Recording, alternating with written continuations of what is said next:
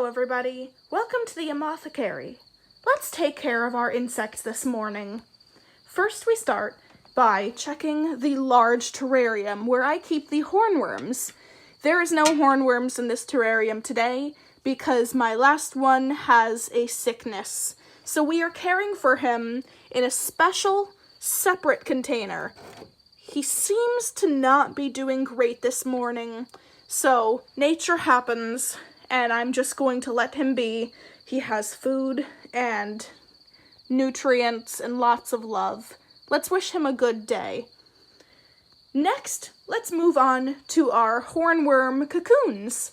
The first thing I like to do is give them a little bit of light. So I will turn on their light here to help give them a little bit of warmth. Open up the flight cage. And as you can see, I have ready at any time for any of them to hatch some hummingbird nectar for them to drink. Oh, and look, we have a nice surprise. Our number 24, I believe, just emerged today. Hello, everybody. They start wiggling when I talk to them. It's very sweet. But the first thing I like to do is grab a mister, making sure that it's new water. We do not want to spray them with stagnant old water. That is not good for anybody. And just give him a little mist. That new one's very sensitive, so he might not very much like that. But we gotta make sure that the place is kept a little bit moist. So I'll do this every time it seems to dry up with the substrate. This won't hurt them. It keeps them just nicely humidified. And then that will make them very happy. So that is how I will take care of my cocoons. They also will need ambient lighting, so I open up the window just enough for them to be able to have that light, because if not, if they're in total darkness, there's a chance that they'll go through diapause and think it's wintertime, so they'll wait in their cocoons a lot longer, thinking that they should be hibernating to emerge in the spring, which is not the case. We have these controlled indoors. The next thing we'll move on to is checking the babies. Don't mind my garden feet.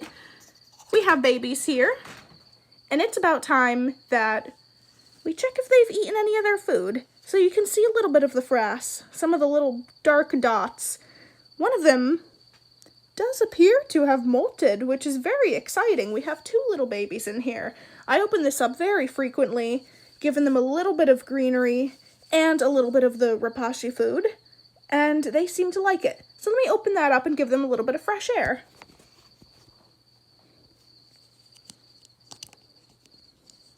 One moment, everybody.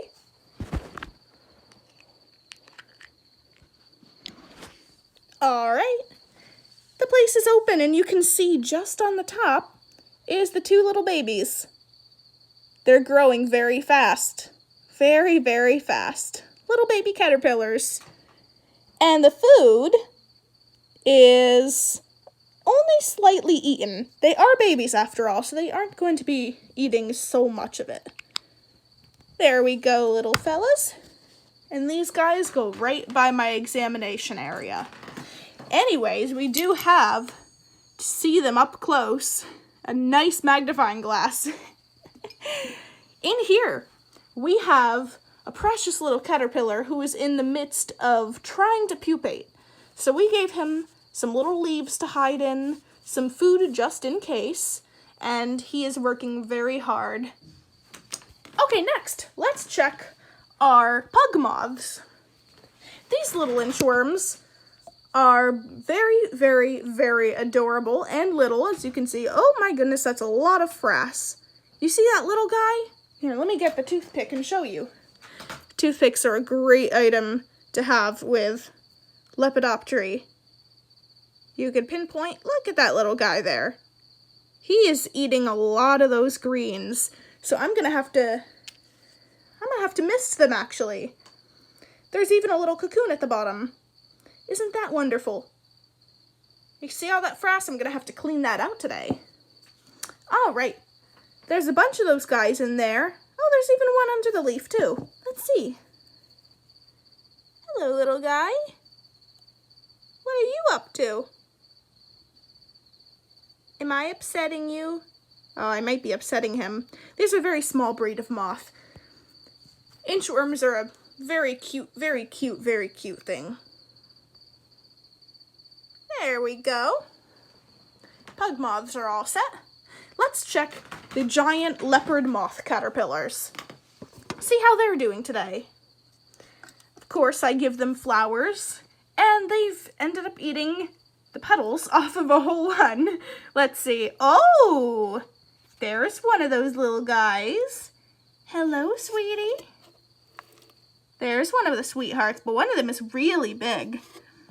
As you can see, the pile of poos shifting from dark green to a yellow means that they're eating the Rapashi food, which is very good. I put this in last night.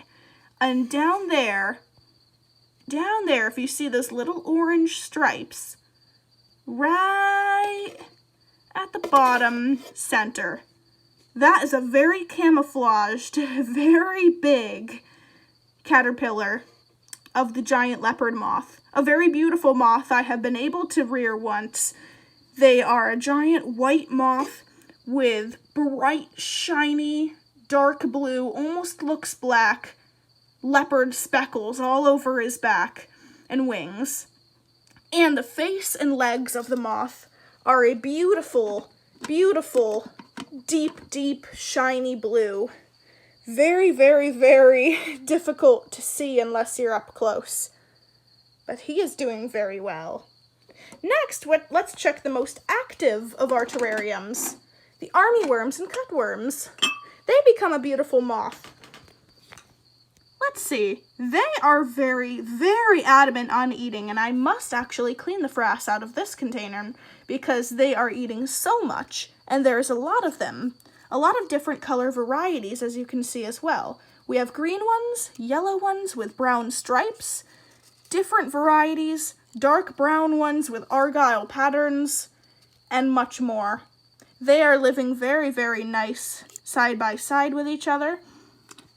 And they usually come out in the evening and early mornings.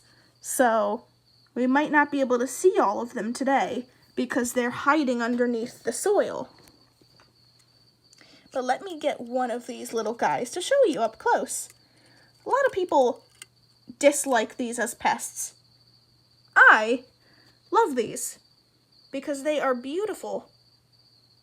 Their moths are very, very nice. I've always been drawn to not just the prettiest, biggest, most colorful moths, but please focus. Please focus.